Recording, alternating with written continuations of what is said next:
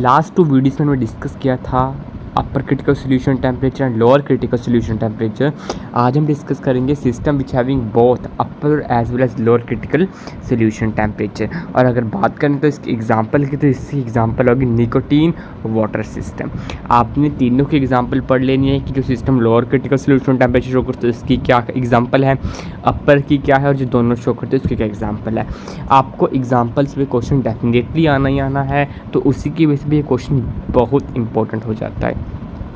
अब देखो, कुछ लिक्विड ऐसे होते हैं जब हम उसका टेम्परेचर बढ़ा रहे हैं तो एक ऐसा टेम्परेचर अटेन होगा, उसके ऊपर जो लिक्विड होंगे वो कम्प्लीटली मिक्सेबल होंगे, और एक ऐसा होगा कि जब उसके बिलो, जब उससे हम टेम्परेचर कम कर देंगे तब वो कम्प्लीटली मिक्सेबल हो जाएंगे। तो निकोटीन वाटर सिस्टम एक ऐसी एग्जांपल है जब हम इसका टेम्परेचर 208 डिग्री से बढ़ा देंगे तो आपस में कम्प्लीटली मिक्सेबल होंगे, और जब 208 डिग्री से कम कर देंगे तब भी आपस में कम्प्लीटली मिक्सेबल होंगे। बट जब टेम्परेचर इसके बीच में लाई करेगा तब ये मिक्सेबल नहीं होंगे, तो ये 2 डिफरेंट फेजेस बनाएंगे। तो सिंगल फेज नहीं बनेगा, 2 डिफरेंट फेजेस आर फॉर्म्ड। तो ये एग्जाम्पल पढ़ लेने हैं आपने। तो ये तो मेन बेसिक आपने बस इतना याद रखना है। अब आपने जो लिखना है वो जो ये वाली चीज़ें आपने लिख लेनी है। क्या क्या लिखना है?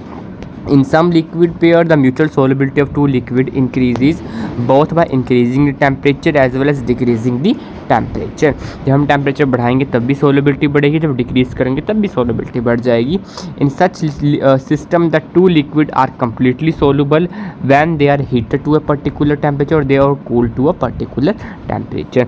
इट मीन्स टेम्परेचर बढ़ा रहे हैं मतलब हीटिंग हो रही है, टेम्परेचर कम करें तो कूलिंग हो रही है। इट मीन्स जब हम टेम्परेचर को, जब हम किसी पर्टिकुलर लिक्विड को हीट कर रहे हैं, कूल कर रहे हैं, तो उनकी जो सोलिबिलिटी हो रही है वो बढ़ रही है। ठीक है।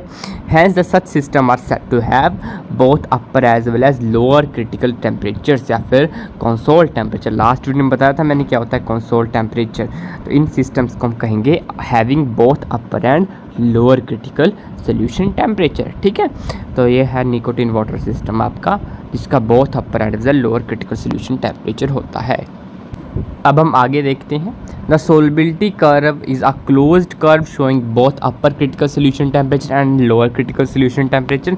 जो आपकी कर्व होगी ये क्लोज्ड कर्व है।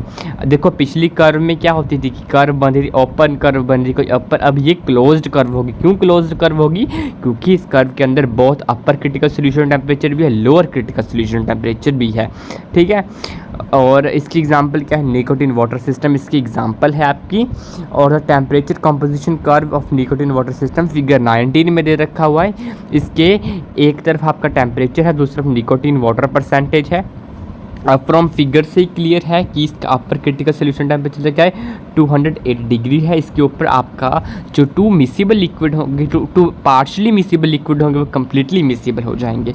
और इसका lower critical solution temperature 608 degree है, 60.8 degree Celsius. It means 60.8 degree के नीचे, below 60.8 degree, the 2 partially miscible are completely miscible. And within the इनके बीच में, इन दोनों के बीच में ये जो डिफरेंट लेयर फॉर्म हो जाएगी। ठीक है।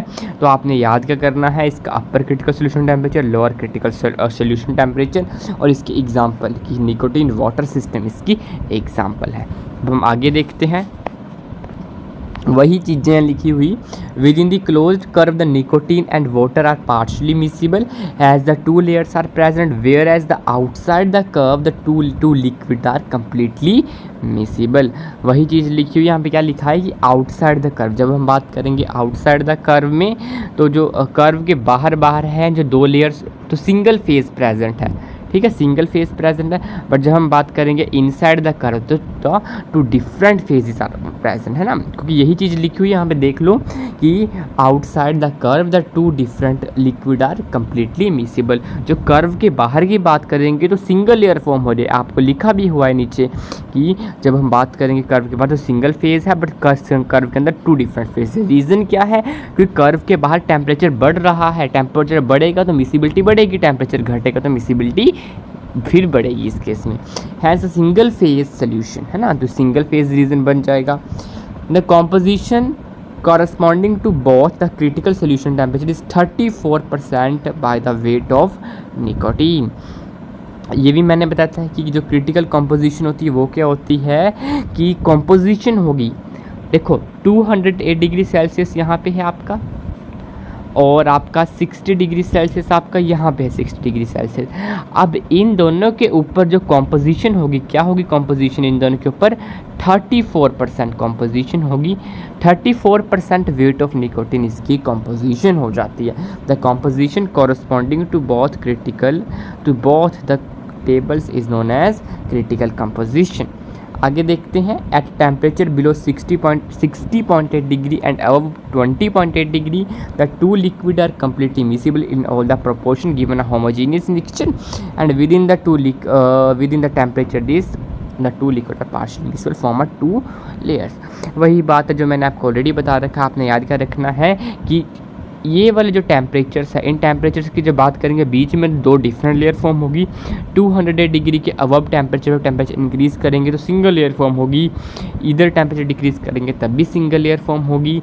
208 डिग्री अपर क्रिटिकल सोल्यूशन टेम्परेचर है, ये लोअर क्रिटिकल सोल्यूशन टेम्परेचर है। इस सिस्टम के अंदर दोनों होंगे, अपर भी होगा लोअर भी होगा। इसकी एग्जाम्पल क्या है? Nicotine water system. तो इसी के साथ हमारे तीनों केस कंप्लीट हुए। अपने तीनों केस डेफिनेटली पढ़ लेने हैं, तीनों में से एक ना एक क्वेश्चन डेफिनेटली आना है, 100% आएगा। अब इसके बाद नेक्स्ट वीडियो हम देखेंगे क्या फैक्टर अफेक्ट कर रहे हैं आपका upper and lower critical solution temperature, the factors affecting critical solution temperature, ये हम नेक्स्ट वीडियो में पढ़ेंगे। तब तक आप इस पूरे टॉपिक को अच्छे से पढ़ें, यहाँ से एक ना एक क्वेश्चन आपका एग्जाम में डेफिनेटली आना ही आना है। Thank you.